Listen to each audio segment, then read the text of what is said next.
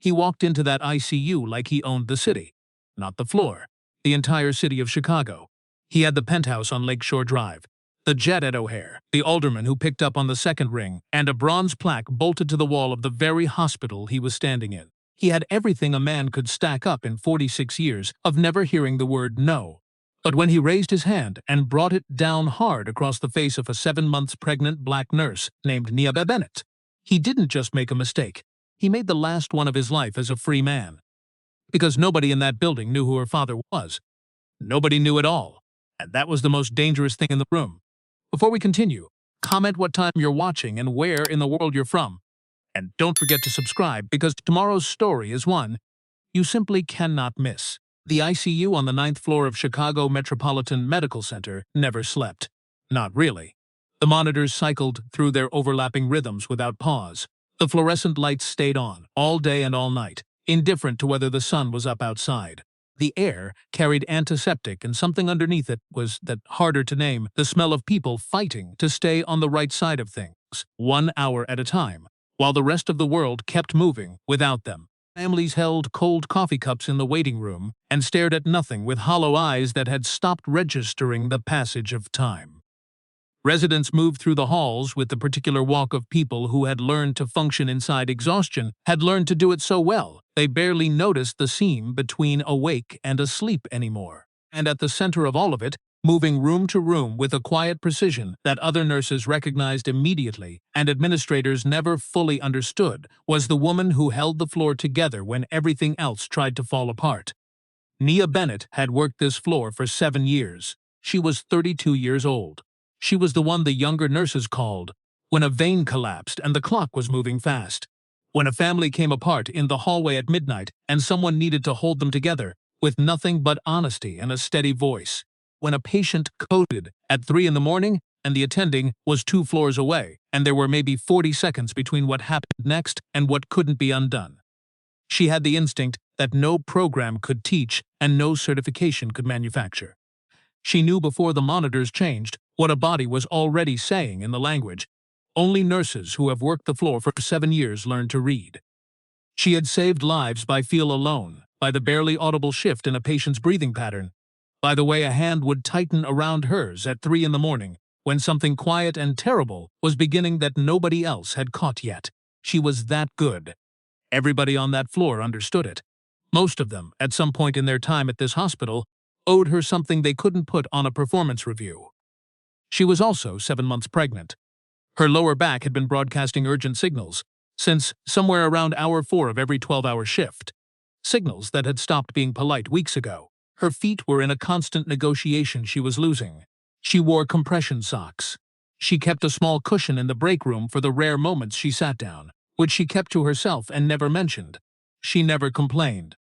Between rooms, she would press one hand flat against the curve of her belly, take a single slow breath, and move on, because the people behind those doors did not have the luxury of her discomfort, and she was not the kind of woman who needed to be seen struggling in order to be taken seriously by anyone.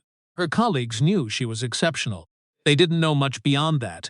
She kept her outside life off the floor the way she kept her phone in her locker, deliberately, without apology, without explanation. She didn't talk about the South Side, where she'd grown up in a house that was always quiet after her mother died. She didn't talk about the years of school, the loans, the clinical rotations in hospitals where she was the only black woman in the room and had learned to function inside that specific kind of visibility that was also, somehow, invisibility. She didn't mention her father. She especially never mentioned her father. Not because she was ashamed, because she had spent 7 years building something that was entirely, irreducibly, demonstrably hers. A career earned exam by exam, rotation by rotation, shift by shift, patient by patient. She did not want anyone looking at her work and doing the calculation in their head. She needed it to be clean. She needed it to be only hers. Her father was Marcus Bennett, Judge Marcus Bennett, United States Federal District Court, Northern District of Illinois. 11 years on the bench, 18 years as a federal prosecutor before that, with a conviction record that had made national news on 3 separate occasions and earned him a reputation in legal circles from Chicago to Washington that people passed along in specific, careful language. He was 61 years old. He had a face that people consistently mistook for mild until the moment they understood, usually too late, that it was not mild at all. It was simply controlled. Wire-rimmed glasses, measured sentences. A stillness he carried the way some men carry a sidearm, always present, never displayed, unless it became necessary. And it had been necessary very rarely, because the kind of power Marcus Bennett had built over 32 years did not require display to operate. It operated underneath. It operated through the accumulated weight of relationships, knowledge, documentation, and timing that he had spent 3 decades assembling with the patience of a man who understood that real power was not speed. Real power was inevitability. He had connections that ran from the Dirksen Federal Building to offices in Washington that didn't appear on any organizational chart. He had favors owed to him by people whose decisions had shaped the country. He had sat across from men far more dangerous than Bryce Coleman, and had left those rooms with every outcome he needed, not because he had threatened anyone, but because he understood the architecture of consequence better than anyone in the room. And he had kept all of it, all of that world, entirely away from Nia for 7 years, because she had asked him to when she was 24 and starting her first nursing job. "Let me build my own thing, Dad," she had said, sitting in his kitchen in the Kenwood house. "Let me just be a person." He had looked at her for a long moment. He had said yes. He had meant it every single day for 7 years. He would keep meaning it until she asked him to stop. Bryce Coleman had arrived in Chicago 4 years ago with a $140 million exit from a software company he'd sold to a defense contractor, and a way of moving through rooms that suggested he had never, in his adult life, seriously considered the interior existence of the people he was moving through them alongside. He was 46 years old, tall, broad. He had the particular kind of confidence that comes not from competence, though he was competent, but lifetime outcome of every room arranging itself around what he wanted. So consistently, for so long, that he had stopped noticing that rooms didn't actually do that on their own. He had founded 2 new companies since the ClearPath exit. He had donated $11 million across Chicago institutions in 4 years. $2 million of that had gone to Chicago Metropolitan Medical Center, which had purchased a new cardiac imaging suite and a bronze plaque near the front entrance that read, in tasteful lettering, "Made possible through the generosity of Bryce A. Coleman." He had stood at the dedication ceremony with his arms crossed, and a particular smile, the smile of a man, was mentally filing the debt being created in the room. He lived in a penthouse on East Lakeshore Drive with a view of Lake Michigan that real estate agents called once in a generation, and that Bryce had stopped actually looking at within about 6 months of moving in, because things stopped being remarkable when you were always surrounded by remarkable things. He belonged to the Meridian Club in the Gold Coast neighborhood, a private establishment with no prices on the menu, and a waiting list that existed specifically to remind people of the distinction between those who waited and those who didn't.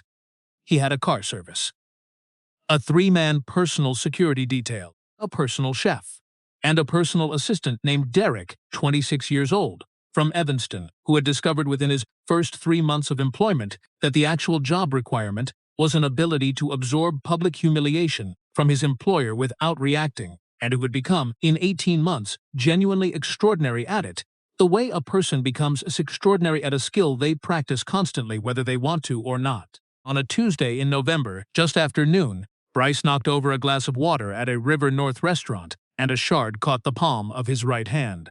It was a small cut, the kind a reasonable person addressed with a Band-Aid from the restaurant's first aid kit.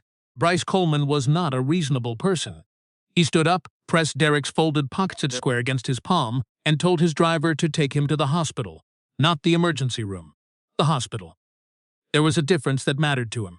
The emergency room had plastic chairs and strangers, and wait times measured in hours. The hospital had a plaque with his name on it, which in his mind constituted a kind of access arrangement, the sort of arrangement that hadn't been discussed explicitly, but would absolutely be honored when tested. The driver stopped at Chicago Metropolitan Medical Center, 8 minutes away. Bryce and Derek went inside and took the elevator to the 9th floor, because Bryce had been to this building before for a board meeting, and he knew the ICU was on 9. And he had decided somewhere in the car that the ICU was where a man of his standing should receive care. The double doors required a keypad. Bryce didn't use it. He waited until a transport aide pushed through with a cart and walked in behind him, pulling Derek along, like someone entering a private event they hadn't been invited to but had decided not to need an invitation for. The nurses at the station looked up. A young resident named Dr. Kyle Morrison, 28 years old, 3 weeks into his ICU rotation at the start of what he hoped would be a career in emergency medicine, stepped forward immediately. He recognized the situation the way young doctors who are paying attention learn to recognize certain situations, as one that was going to require careful management regardless of what the clinical facts actually were. "Mr. Coleman," Kyle said, voice kept professionally low. "This floor is critical care only. For a wound like yours, the emergency department is 2 floors down. They'll see you quickly and take excellent care of you." Bryce looked at Kyle the way a man looks at a machine that has not yet dispensed what he pressed the button for. He scanned the floor with the slow, deliberate attention of someone taking inventory. Private rooms, monitoring equipment, nurses at a station, available resources, things he could direct. "I want a bed," he said. "I want an attending physician, not a resident. Get me an attending." Kyle tried again, keeping his voice level. The attendings on this floor were managing critically ill patients. He could not pull them for a minor laceration. Bryce reached out with his uninjured hand and grabbed Kyle's white coat by the lapel and pulled hard enough Kyle stumbled 2 steps forward, hard enough that nobody watching had any doubt about what it was. The nurses at the station stopped moving. Ashley Carver, 25 years old, 2 years out of Northwestern's nursing program, still learning the particular geography of a floor like this, looked up and went very still. The security guard named Robert, who had worked this floor for 12 years and had developed an accurate sense of when situations were about to escalate, put his hand on his radio. He didn't move. He ran the calculation that people in positions like his learn to run when the person escalating is the kind of person who could make a phone call on Monday morning that ended a career. He ran it wrong. He would think about that for a long time afterward. Bryce released Kyle and started walking. He pushed open the door of room 4 and looked inside at Carl Mercer, 68 years old, 20 hours out of a quadruple bypass, connected to 3 separate monitoring systems, lying in the pale blue light of early recovery. Bryce looked at the room the way someone looks at a hotel room they're considering checking into. Nia Bennett came around the corner from room 7. 2 seconds to read the full situation. She didn't run. She walked, steady and completely deliberate, and put herself between Bryce Coleman and that door. "Sir, this is a restricted area. I need you to step away from that room right now." Her voice was clear and calm, and entirely without performance. Bryce turned and looked at her. His gaze moved from her face to her scrubs, to the visible curve of her pregnancy and back to her face, and something in his expression shifted. It wasn't confusion. It was assessment. The flat, quick assessment of a man who had already decided what category this person belonged to before she finished speaking. "You're a nurse," he said. "Go get me a doctor." "I'm the charge nurse on this floor," Nia said. "The patient in that room is not stable enough to be disturbed under any circumstances. Tell me how I can help you get to the right department." Bryce looked at her name badge. He looked at her again, the slow, full look of someone making their point clear through the act of looking. "I donated $2 million to this hospital," he said. "I have a seat on the advisory board. I want a bed, I want an attending physician, and I want both of those things in the next 5 minutes. Are we understanding each other?" "We are," Nia said. She didn't move a single inch. "None of that changes what this floor is for." She turned toward the wall phone. "Don't touch that phone." Quieter now, and quieter was worse. "I'm going to explain something to you that someone apparently hasn't explained clearly enough. People like you, in positions like yours, exist because people like me fund them. This building, your salary, every piece of equipment in this unit, it all flows from decisions made by men who do not answer to you. So when I tell you to move, you move. 3 words. People like you." They fell onto that floor and they landed on every person in the room and stayed there. Ashley Carver's hand stopped moving over her keyboard. Kyle Morrison turned slowly toward the wall. The husband visiting his wife in room 6 had heard it through the cracked door and had gone absolutely still, and then, very quietly, had taken out his phone. Robert had his radio in his hand and was looking at the floor with the expression of a man negotiating with himself about something he already knew the answer to. Nia held Bryce Coleman's gaze without looking away. She didn't shift her weight. She didn't do anything that communicated she intended to move. "I'm going to ask you one final time to step away from these patient rooms and let me help you. If you don't, I'm calling security right now." Bryce stepped close enough that she could see the vein at his temple. His voice dropped further. "I will have your badge before 3 o'clock, he said. "I will call the chief of medicine and have you removed from this building personally." You want to stand here and be a hero on this floor? You're a pregnant black nurse who thinks she runs something, sweetheart. I am going to show you exactly what you run. The word sweetheart was not affection. It was a cage door being locked while the person locking it smiled through the bars. He had taken complete inventory of her. Race, pregnancy, uniform, salary bracket, position in the hierarchy. He had evaluated each item individually and collectively, and found none of it sufficient to stand between him and what he had decided he was entitled to. He had been doing that calculation about people his entire life. It had always come out in his favor. He did not know today would be different. Nia reached for the wall phone. Bryce grabbed her wrist. She turned back to face him. Let go of my wrist. He tightened his grip. Then he released it, pulled back, and brought his open palm across the right side of her face with everything he had.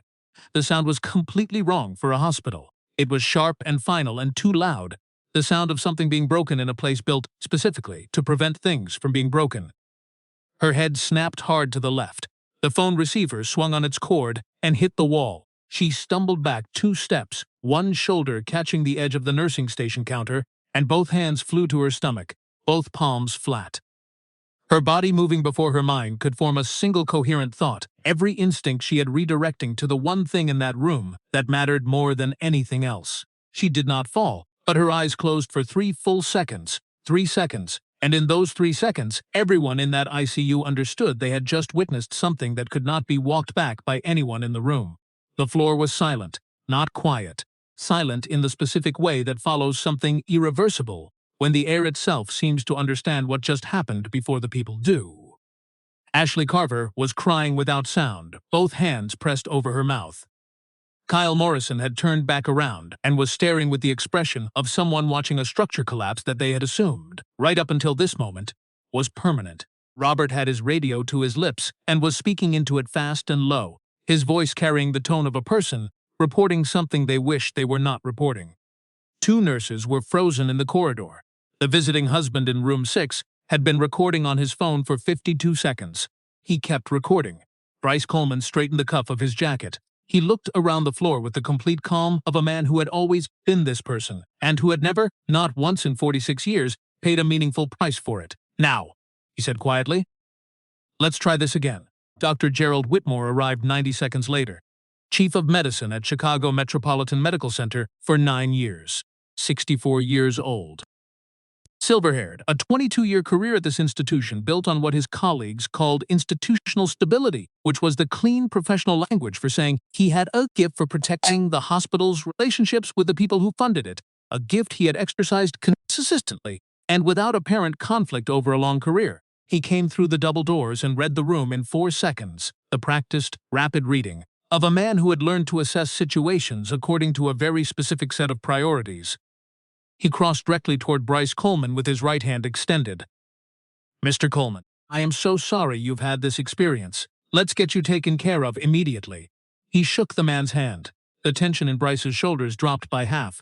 This was what he had been waiting for, the proper ordering of things. The acknowledgement. Whitmore did not walk the 12 feet to where Nia Bennett was standing, still steadying herself against the nursing station, one hand on the counter, the mark of Bryce Coleman's palm visible on the right side of her face. He did not ask any of the 9 witnesses on the floor what they had seen. He did not check the camera mounted in the upper corner of the unit that had been recording since the moment the double doors opened.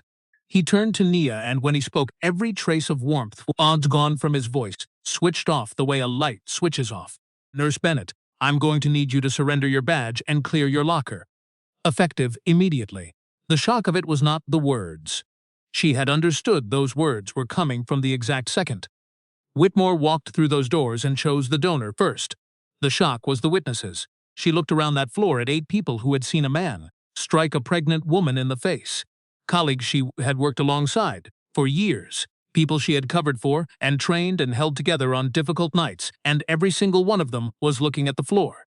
The wall. The middle distance.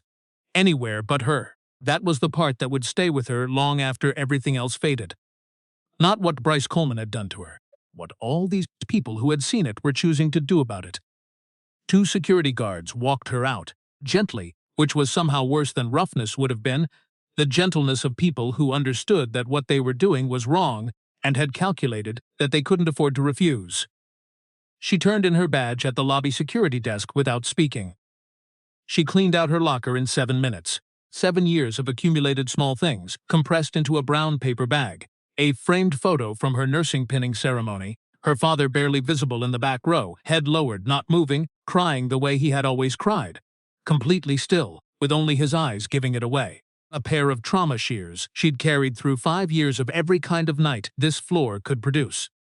A birthday card from the family of a man she'd kept alive through 3 consecutive nights, when every number on his chart said she shouldn't have been able to.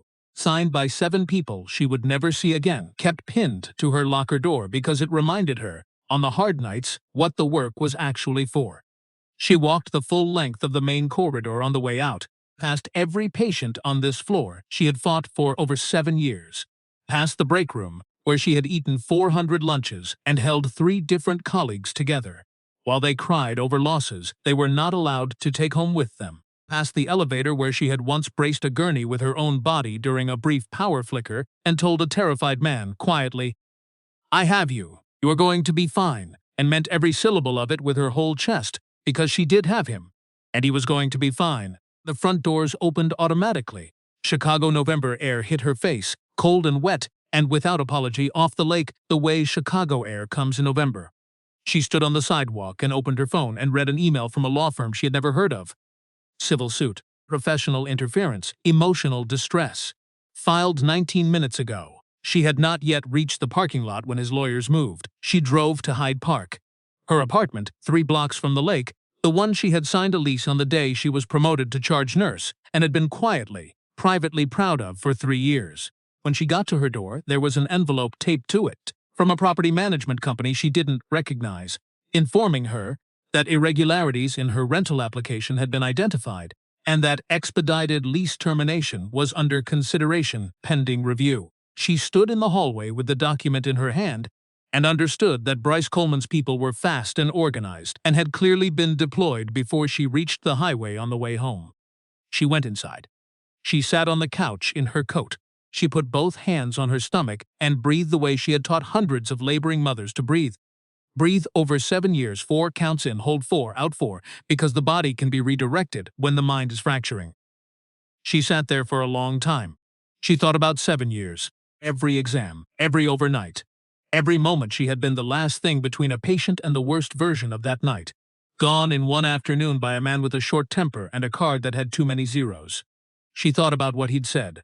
People like you. She turned those words over and looked at them from every angle. She had heard versions of them her entire life, sometimes in exactly those words, sometimes in the way a person looked at her when she walked into a room, sometimes in the specific quality of the silence that fell when she spoke, and the room recalculated who she was supposed to be in it.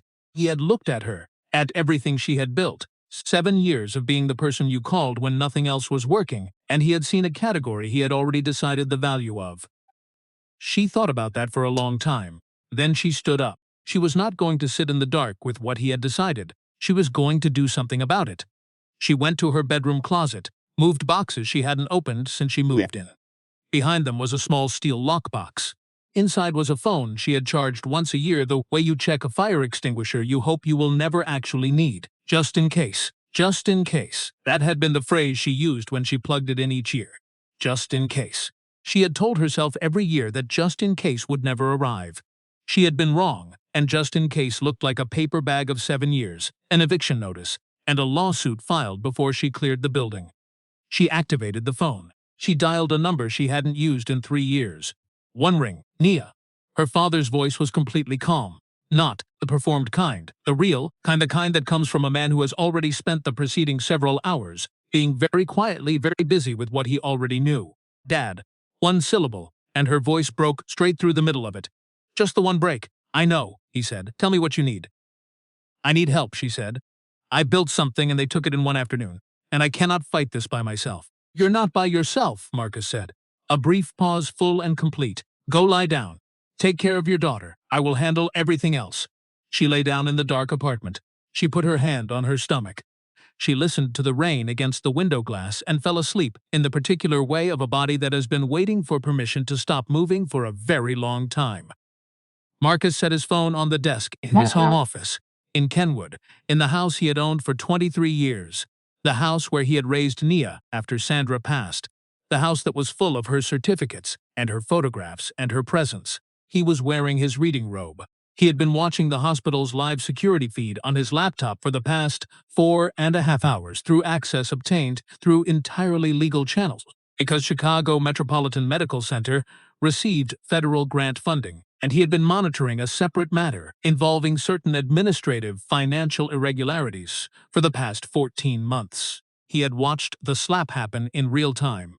He had sat at this desk and watched his daughter's head snap to the left and watched her hands fly to her belly and watched the chief of medicine walk through those doors and shake the donor's hand. He had sat very still for a very long time, not from shock, not from grief, from the specific cold, deliberate process of a man who has spent 3 decades turning information into consequence, deciding exactly what consequences the next sequence of events was going to produce.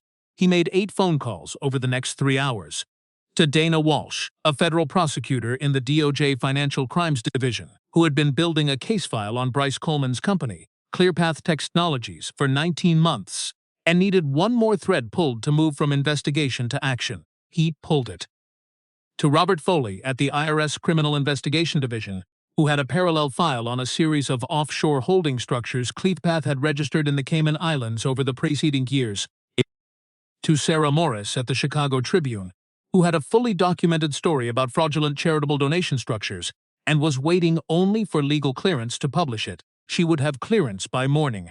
To James Okafor, the finest civil rights and employment discrimination attorney in Illinois, a man who had clerked for Marcus 20 years ago, and who owed him a favor of precisely this size, James would file a civil complaint at 8:45 the following morning, with complete documentation, including the security footage, obtained through a legally impeccable records request that James knew exactly how to file, and the preliminary sworn statements of 3 witnesses, including Ashley Carver and Kyle Morrison, who had spent the night with what they had seen, and had decided, in the cold, clear light of morning, that they could not carry it without saying something. To 3 separate members of the hospital board of directors, none of whom knew the others, had received a call from Marcus that night, each of whom would arrive at the next morning's board meeting, having independently reached identical conclusions.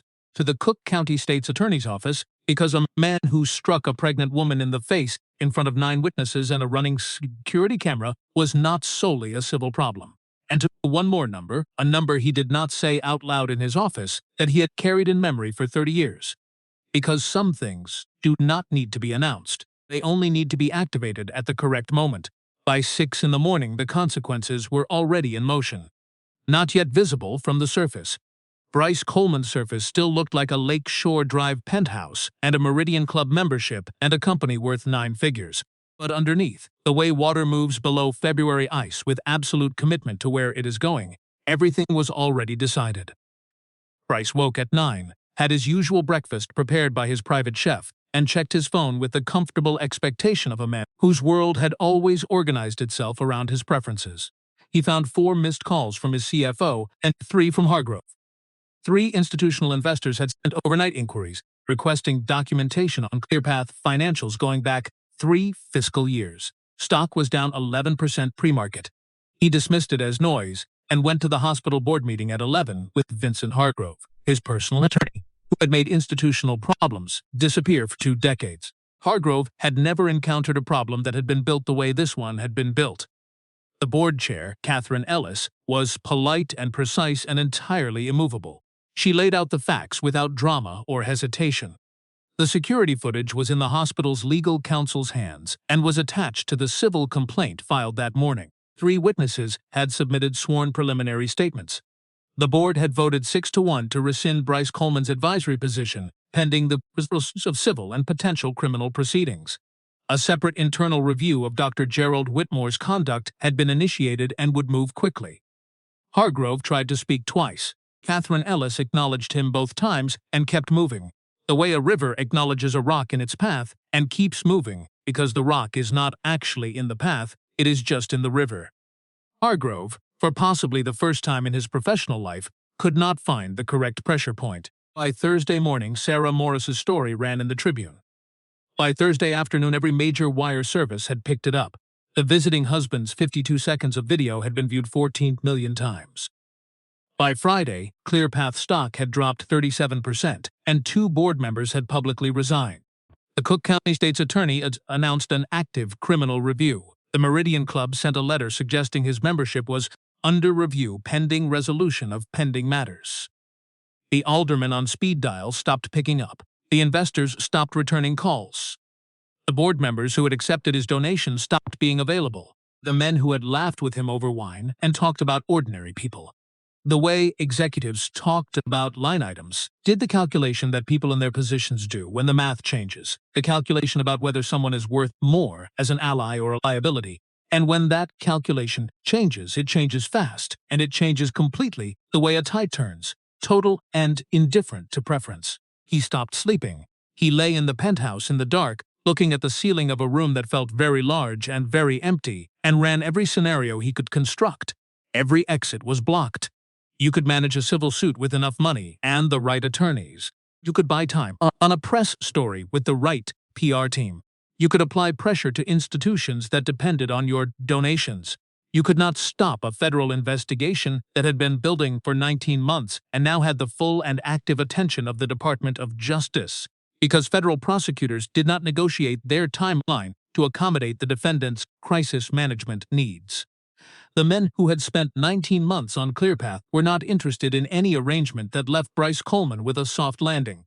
That was not the kind of case they built for 19 months. That was not why they had been patient. On the 5th night, he got up. He drove himself without Derek or his security detail. He went to Chicago Metropolitan Medical Center and sat in the parking lot with the engine off at 2 in the morning. Chicago in November at 2 in the morning is wet and dark and still, and the hospital lit against the sky was the same building he had walked into 6 days ago, like the plaque on the wall was a deed of ownership. He sat with the engine off for a long time, and he thought, for the first time all week, not about the problem, not about the strategy, not about the assets or the legal exposure or the press cycle. He thought about what he had done. Just that. He had walked through a hospital and grabbed a doctor by his coat. He had told a charge nurse that people like you exist because people like him fund them. He had grabbed her wrist. He had struck her in the face.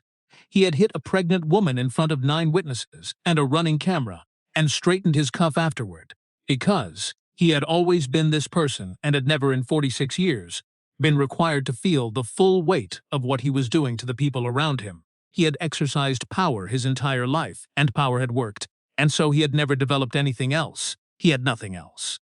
He sat in the parking lot and understood that with a clarity that was different from the legal and financial clarity of the preceding 5 days. This clarity was older and quieter and more permanent. He had hit someone who was not alone. Yes, he had hit someone whose father was not who he had assumed. Yes. But underneath those facts was a simpler one. He had looked at Nia Bennett and had not seen a human being. He had seen something in his way. And that was a failure so complete that no sentence, no settlement, no signed document could contain it. It was a failure of the most basic thing. He sat with it. He called James Okafor's office at 2:30 in the morning and left a voicemail saying he was not calling to negotiate, that he wanted to apologize directly to Nia Bennett, that he would understand if she refused. James called back the next morning. She agreed to hear him. The meeting was in James' office on Michigan Avenue 12 days after the incident now. Pay attention here, because this is where the story changes from being about punishment and becomes about something that lives longer than any verdict. Bryce walked in alone. Nia walked in with her father. It was the first time Marcus Bennett and Bryce Coleman had been in the same room. Bryce recognized him from news coverage and understood immediately, in the specific way that understanding sometimes arrives, all at once, the full architecture of what he had walked into the day he decided. A pregnant nurse was going to move because he said so, not because of fear. He was past the fear that was about protecting what he had, because most of what he had was already gone. This was something different. This was recognition. He had hit this man's daughter stood in front of 8 witnesses and hit a pregnant woman in the face and straightened his cuff and waited for the institution to fall in line behind him. And the institution had, initially, because that was what institutions do when the balance of power is apparent. But the balance of power had not been what it appeared. He sat across from Nia and looked at her and did not look away. She was 32 weeks pregnant. She looked tired and composed and entirely herself, which was the hardest thing about it. She looked like a woman who had been through something real and had come through it without being diminished by it, not 1 inch. He had tried to take everything. She was still entirely there. He had prepared what he wanted to say for 4 days. He said it without softening a single word of it. He said he had no defense. Not for the slap, not for the words that preceded it. Not for people like you, and he said those 3 words out loud, specifically because they needed to be named for what they were, and not described as a poor choice of phrasing in a difficult moment. He said those words were exactly what they sounded like, and he owned that. He said he had spent his entire adult life in environments where his wealth and position were so consistently deferred to, that he had stopped noticing how he moved through the world, and that this wasn't ignorance. It was a choice he had made and remade every day by never asking the one question he had the full capacity to ask. He said he was sorry. He said it without the word "but" following it. He said her name. He said what she had done in that hallway was right, and what he had done was wrong, and that no donation, no plaque, no board seat, no amount of money written on any check, ever written to any institution, created a claim on how the people inside that institution were treated or who they were required to make way for. He said he understood that the apology could not undo what had been done. He said he was going to carry it anyway, because it was his to carry, not hers. Nia listened to all of it. She did not cry. She did not soften. She did not tell him it was fine. It was not fine, and she was not a woman who said things that were not true in order to reduce someone else's discomfort. She looked at him for a long moment after he finished, the steady, clear look of a woman who has spent 7 years reading what people mean when they speak in rooms where everything matters. Then she said, "I believe you mean it today. The question is what you do with it when today is 2 years behind you, and you're comfortable again. Whether you mean it then." She paused, because there's another nurse, somewhere. She doesn't know your name yet. She just knows you're coming. And what you do with this, what you actually do with it when it's tested again, that's the answer to the question of whether any of this meant something. She leaned back. "I hope it does." That was all she said. It was more than the situation required and more than he had any reasonable expectation of receiving. Marcus Bennett said nothing during the entire meeting. He watched his daughter. He watched the man across the table. He thought about 32 years of building a wall between his world and hers, 32 years of honoring her request, of letting her be just a person, of never letting his name cast its shadow across the thing she was building from her own hands, and her own mind, and her own relentless will. He thought about one phone call in the dark, one syllable and her voice breaking right in the middle of it, and what it had felt like to finally be allowed to be her father, in the complete sense of that word, without conditions, without holding back. He had wished, in the days that followed, that it had not required this. He stopped wishing that. It had required this. What it had produced on the other side was his daughter sitting in a warm office on Michigan Avenue, composure intact, speaking a truth to a man who needed to hear it, with her daughter moving inside her and her name on a legal complaint that was going to change how an institution operated for decades. That was not nothing. That was everything. The whole thing, entire, right there in that room. The civil case settled 3 weeks later. James Okafor was thorough and precise and knew the value of every element. The settlement funded a legal trust of $2 million dedicated to the education and professional advancement of Black women in healthcare throughout Illinois. Nia named the trust after her mother, Sandra's fund. The federal case involving ClearPath Technologies moved forward on the Department of Justice's timeline, because that was how federal cases worked when they had been built correctly over 19 months by people who were patient for a specific reason. The IRS Criminal Investigation Division finalized its findings and referred the matter for prosecution. The documentary record was complete and clear and did not require any supplementation. Dr. Gerald Whitmore was removed from his position as chief of medicine. He submitted 3 memos to the board and 1 email to Marcus Bennett. Marcus read the email once and did not reply. The board appointed Dr. Patricia Hayes, the deputy chief, who, on her first day, sent a message to every person in the institution stating that the protection of patients and patient care workers was the first and non-negotiable obligation of every person in the building from orderly to executive, and that this was not a statement of values, but a description of requirements, and anyone who chose differently would make that choice somewhere else. Nia's daughter was born on a Thursday evening in December. She came into the world the way her mother moved through every room she had ever been in, with direction and no patience for delay. She was small and absolutely perfect, and had from the very first minute a look of concentrated focus on her face that made Marcus, when the nurse placed her in his arms for the first time, lower his head. He cried, not the still kind, the way he had cried at Nia's pinning ceremony, completely without movement, only his eyes. Giving it away, he cried the way a man cries when he has been carrying something very heavy for a very long time. And someone finally says, "You can set it down now." Nia watched him from the hospital bed and said nothing. She had never needed to say much to her father. He had always known what she meant. She had always known what he meant. That was the particular inheritance of being raised by someone who chose to show their love through presence instead of language. Outside the hospital window, Chicago was dark and cold and wide, the lake beyond the city lights enormous and indifferent in the best possible way. Nia looked out at it and thought about 7 years. She thought about what it cost to build something from nothing but will and knowledge and showing up. She thought about what it cost to have it taken in one afternoon. She thought about what it cost to rebuild it, not back to what it was, but forward into something she hadn't planned for and couldn't now imagine being without. She thought about the hallway, standing there with both hands on her stomach, and Bryce Coleman's voice telling her she didn't run anything. She thought about the fact that she had not moved, not one step.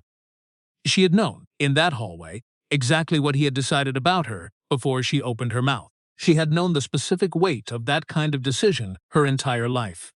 The way it sat on you, the way it accumulated over decades of rooms where you had to prove the same thing again and again to people who had already concluded you couldn't. She had spent her whole adult life building something that could not be dismissed.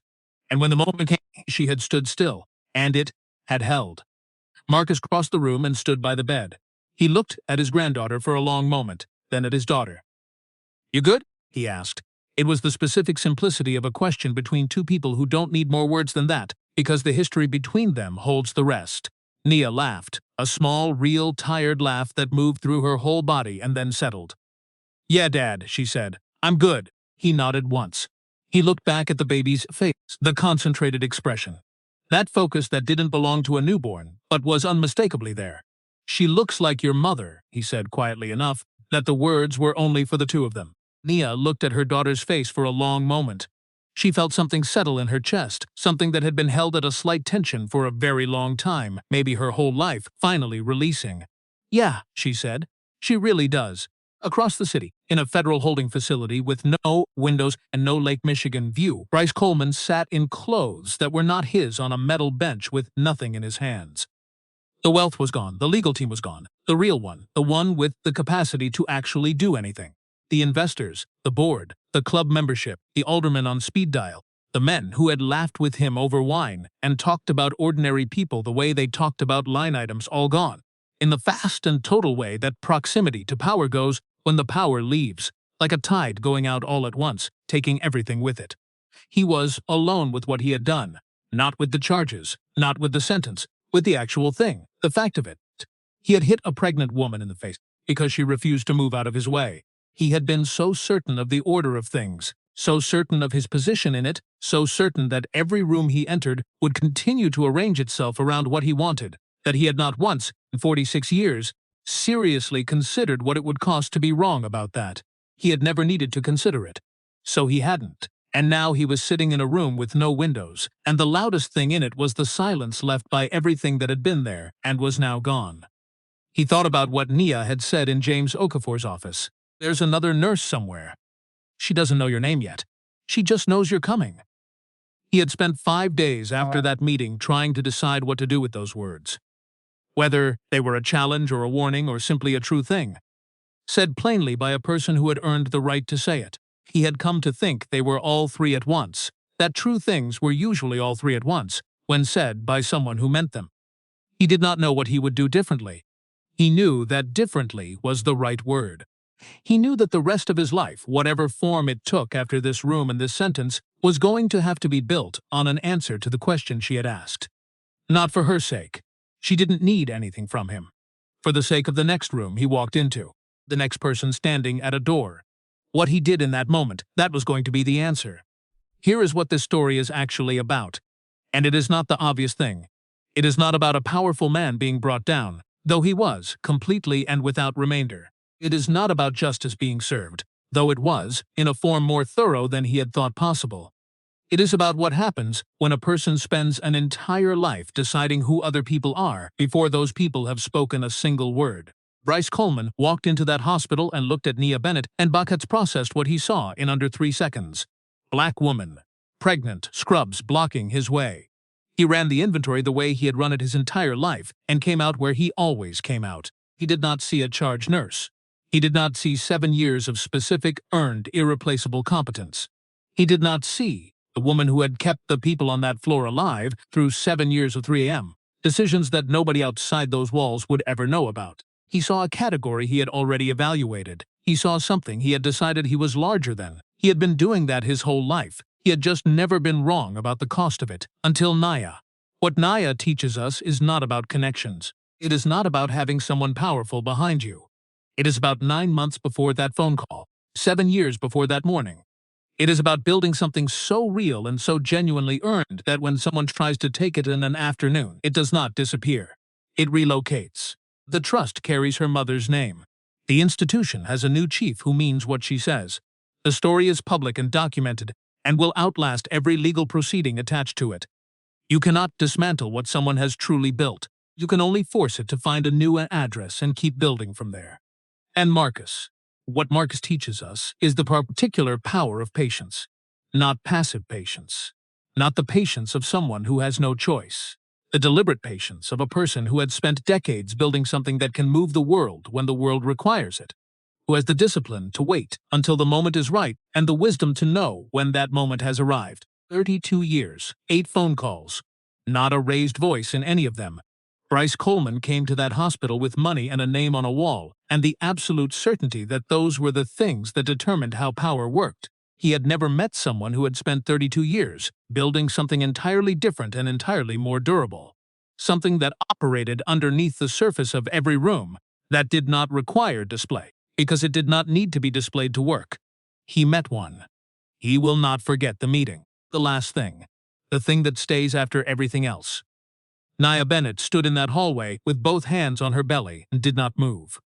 Not because she knew what was coming. She didn't know what was coming.